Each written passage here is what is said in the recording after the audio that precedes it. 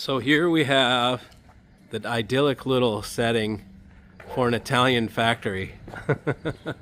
This is the audio analog factory in here. It's pretty large once we get inside there, but you can see just the beautiful, I mean, this is typical Italy, Italian setting. Okay guys, so I'm in here in the factory and this is the absolute monoblock. We're looking inside it so you can sort of get an idea of the size of this. What this is a 100 watt per channel Class A monoblock. What you're seeing here is you see the power transformer underneath. There's actually three pieces in here. Power transformer and then two chokes, one on top of each other, because it's a choke input power supply right before the capacitors of these output boards. And what you're looking at here is it's a differential design, right? As you've heard me teach you before, we've got the negative phase on one side, positive phase on the other, and together this massive, I mean, I don't know if you can sort of tell, this is probably 12 inches tall, and this makes 100 watts of Class A. So when you see those little amps and people are saying, oh, we makes 150 watts or 800 watts Class A or whatever, you're like, probably not, because something this big is what's needed to make 100 watts of pure Class A. Anyways, just wanted to show you that. Now, actually, if we move over here, we can see the Maestro, a little inside look of the Maestro, the beautiful boards. Look how this is laid out. Beautiful heat sinks. Really, really quite, and we've got another Maestro here on the bench. These are all being prepared to be tested. These are the power resistors, so they can hook them up and crank them and put a load on the amp and do some QC before they go out into the field. This basically puts them under high load so they can run them at full power for several days or however long the test runs to make sure that they don't break once they're in your hands, because anything that is weak would go right here. They would fix it before it goes out, so they make sure that everything is to standard. Great, great design. Here's another little thing that I wanted to point out. I'm not going to go in close because it has the vendor name on there.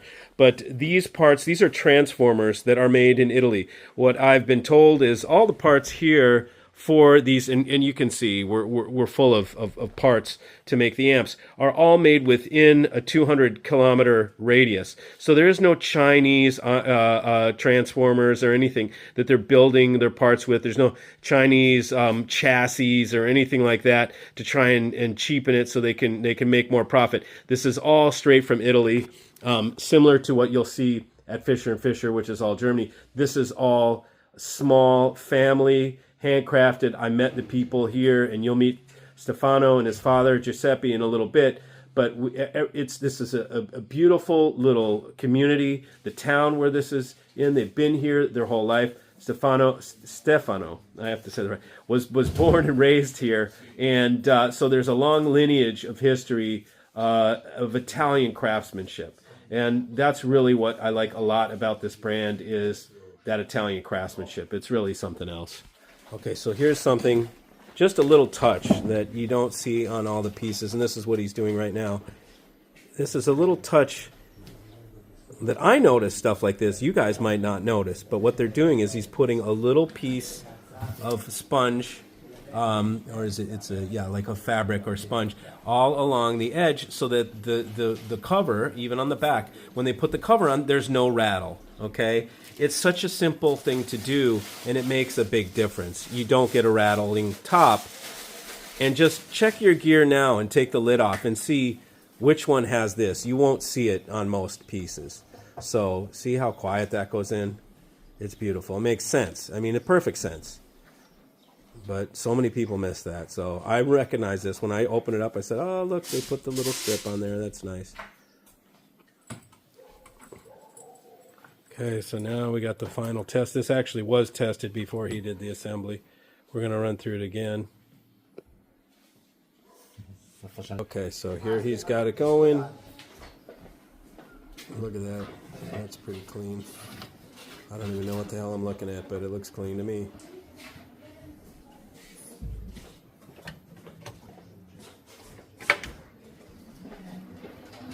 So those of you that understand what you're looking at. You probably know what that means. I've got no idea. Looks clean to me. It doesn't look jittery. I think that's when you tell when it's bad. That line is not clean. I think down like in the bottoms and stuff, you get like a sort of a jitter on it. You know, a sort of a fuzz. So the cleaner that line is, the better it is, as far as I understand. And you guys can correct me. I know you love to. Yep. Cool. So it checks out. Right on, man. All right, thank you. And here is an example of the absolute preamp and using the double R volume control. So you can see, and we're looking through plexi, so there's a slight bit of a reflection here, but here is the volume control, which is a combination of resistors and relays.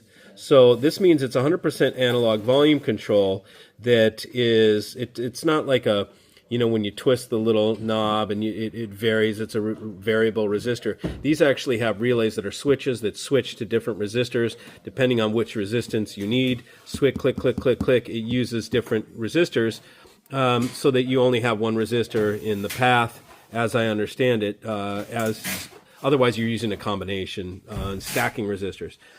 Here is a closer little example of this board. As you can see, it uses Dale military spec resistors. These are very high grade. Any of the builds that I ever did, I always use these resistors. They're the tightest specification. So it's a very, very nicely made volume control board, very high end. And it's unique, it's different. It's not like what everybody has. They could just use a simple volume control, but they went ahead and designed their own. It's really, really something else. And as you can see, here is the output board. You guys have seen this inside the DAC when I showed you before. There's the QC mark on it.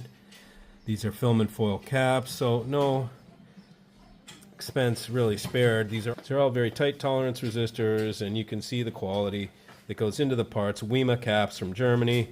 Again, not cutting corners to make these things. And again, this is a dual output here. It's a dual mono output, as you can see.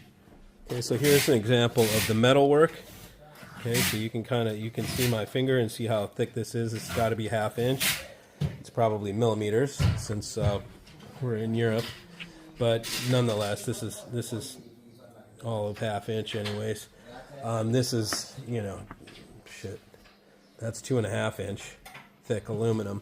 And this is not an extrusion. You can see this is a machined piece of aluminum. Very, very serious heat sink where the outputs go. And then here's an example of the heat sink from the Absolute, which is, again, very exquisitely machined from a solid block of aluminum. It is not an extrusion. There's no way you can clearly see. You can't do this with an extrusion.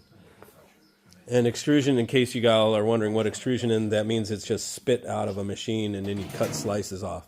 Like, I'll show you an example.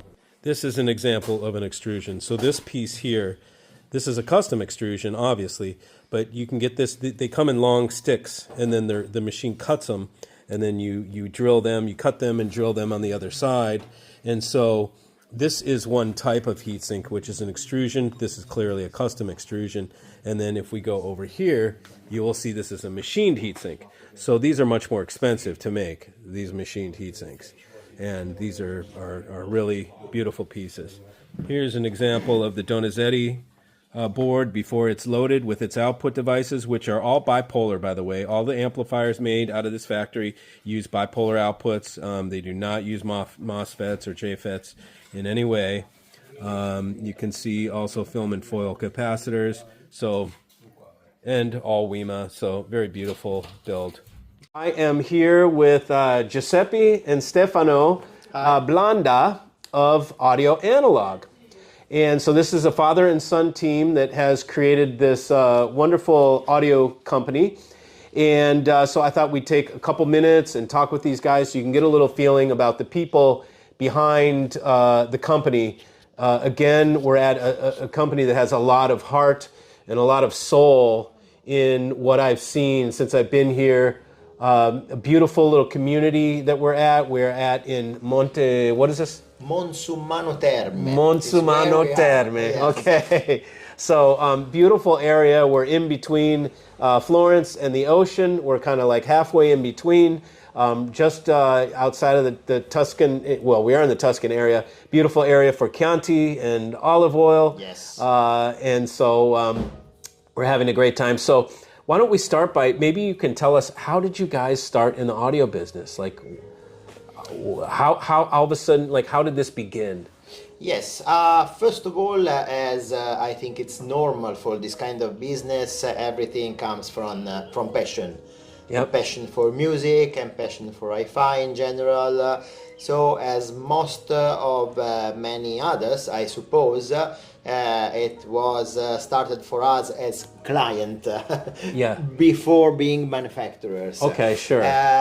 Then we work in the audio business since 1990, when we used to do mostly accessories, so racks and stands, but already with the approach to audiophile in practice, with nice spikes, solid structures, wood, steel, all these kind of things, already with an eye to the quality of products and of sound, of course. Then the company moved also to other kind of accessories, more specific also for the AC power treatment. And the real evolution came in 1996, when, together with our partner Claudio Bertini, we started with the real first products from Audio Analogue that many people that know our brands, that is now Audio Analogue and also AirTech, but as I said, we started with Audio Analogue. Many people think it was the Puccini, the very first product, but the very first product was Vivaldi. That was a DA converter. A D-to-A converter, So okay. It's something strange, because the brand was Audio Analogue but started with a digital product. Okay. That's so funny. We did a bit funny story about it. But anyway, the products that really gave us the first signs of popularity in the audio business was the Puccini, that was introduced at the CES in Las Vegas in 1996. Got you, okay. So that's the 80 watt integrated, right? No, it's 50, just 50 watt watts, integrated. very simple.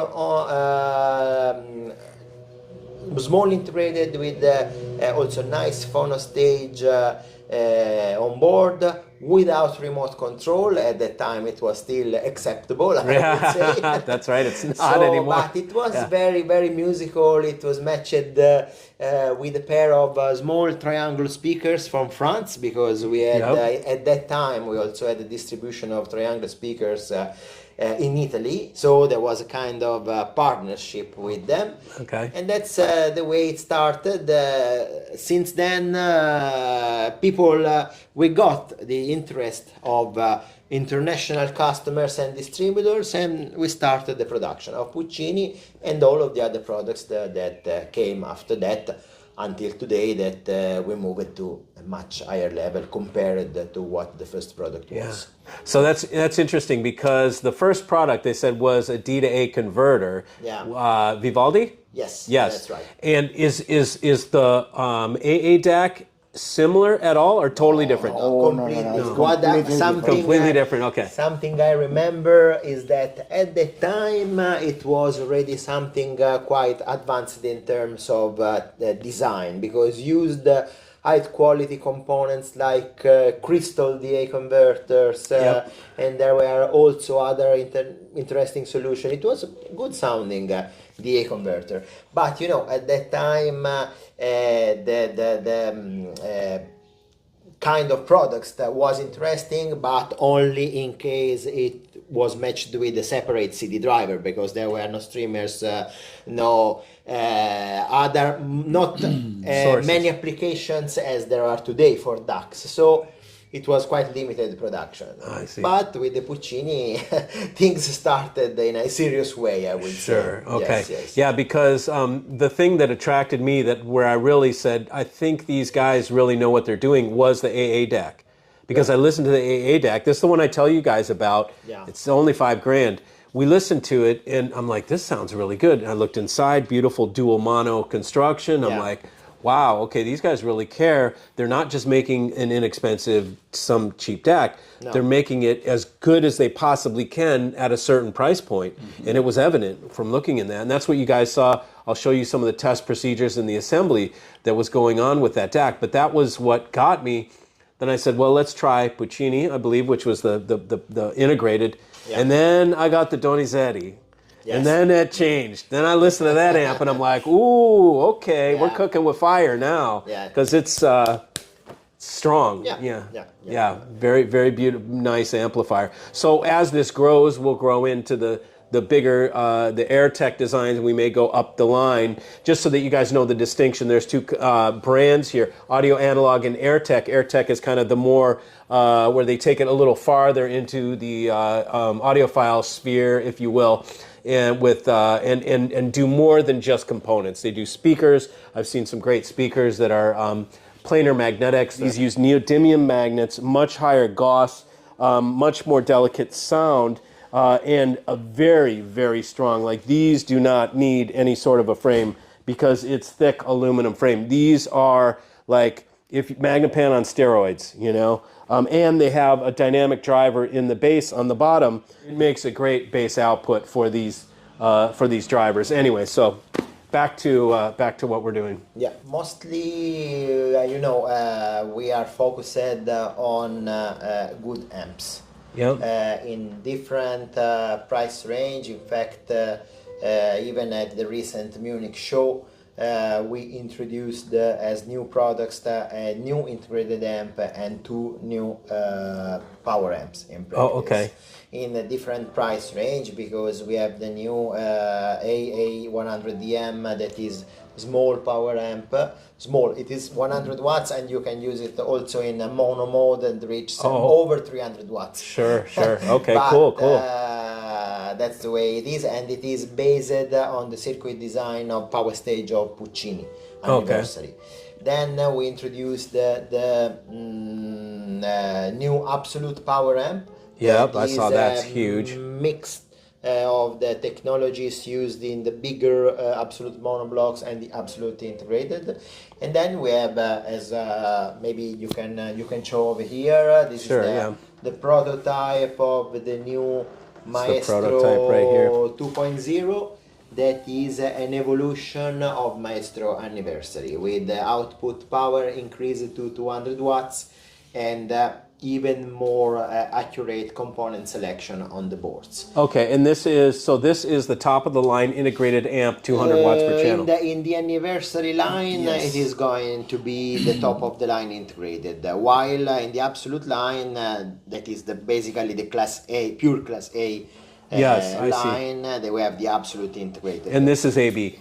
This is 200 watts AB. Yes, and very good AB. Their AB designs, I've been listening to the Donizetti, which is not even the highest end line, but it still sounds very good. Absolutely. Yes.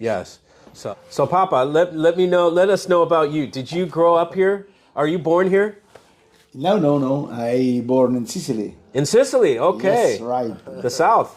Yes, in the south of Italy, but I live in Tuscany for more than 75 years. For more than 65. I was going to say you're not that old. Yeah, 65 years. Sorry, because 65 years. Okay, so next July I am 75 years old. Okay, very good. And I'm very happy make this job because it's our passion too. Yeah. And this is family company. It's very active, very dynamic. Dynamic company. Sure. Very dynamic company. Forza. Yes. That's good. So yeah, we. I'm not sure what else. We've had very much enjoyed visiting Italy and visiting.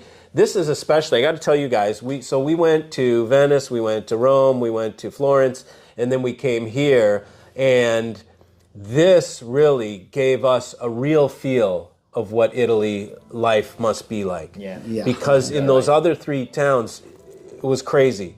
I couldn't imagine living there. It was too busy, too many tourists, I couldn't understand daily life. When we came here, now I can understand daily life. It's very relaxed, very much community and family oriented. That's what it feels like. Right. We can feel it. In this area, the quality of life it's extremely high and extremely good. Yes, yeah. It's very safety area. Okay, pollution is everywhere, but this area is the air is very good. Yes. The food is good. So the people, it's very friendly. Yeah. And it's very nice living in this place. Yes, yes. Because not so far from big city like Florence is 25 30 minutes, Lucca 20 minutes. All big service have it because the big city is not far. But also it's very nice, enjoy small town.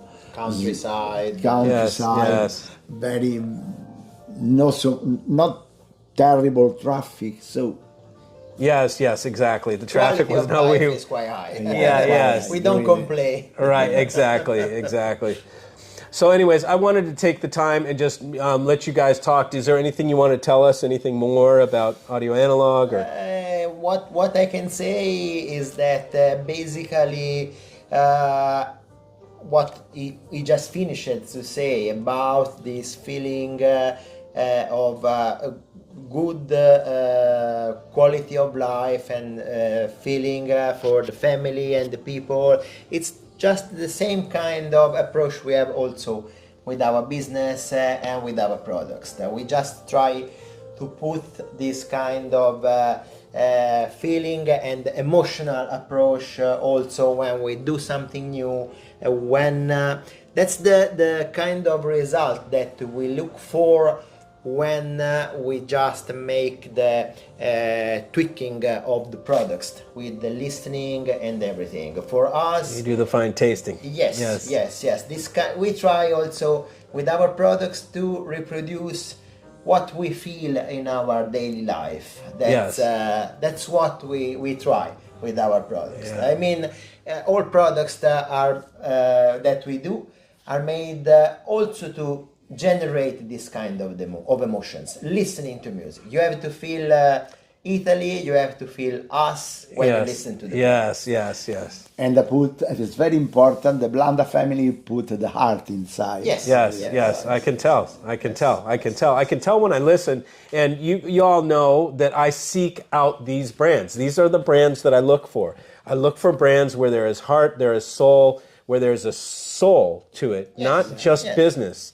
Because otherwise, there's not just measurements, not just aluminium, there's too many products out there. Another amp, another DAC, but then they're the ones that have soul, and that's what we look for.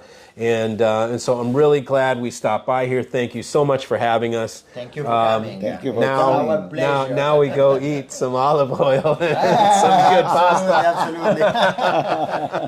Yeah, but I will attach they did an event in November of last year, Audio Analogue, with a local winery, this very high grade winery, and they did a beautiful event where they listened to music and they had some beautiful wines and beautiful food, and it was a great time where people spent together enjoying each other's company and enjoying music. And I will put a link in the description to that video so you guys can see. It's on YouTube as well, and you can learn a little bit even more about how the passion is for the audio arts with Audio Analogue and the family. Absolutely. Yes. Okay. You are right. Grazie. Grazie a te. Grazie mille. Okay, ciao. Okay, Ciao. thanks everybody. See you. Bye-bye. Bye, ciao.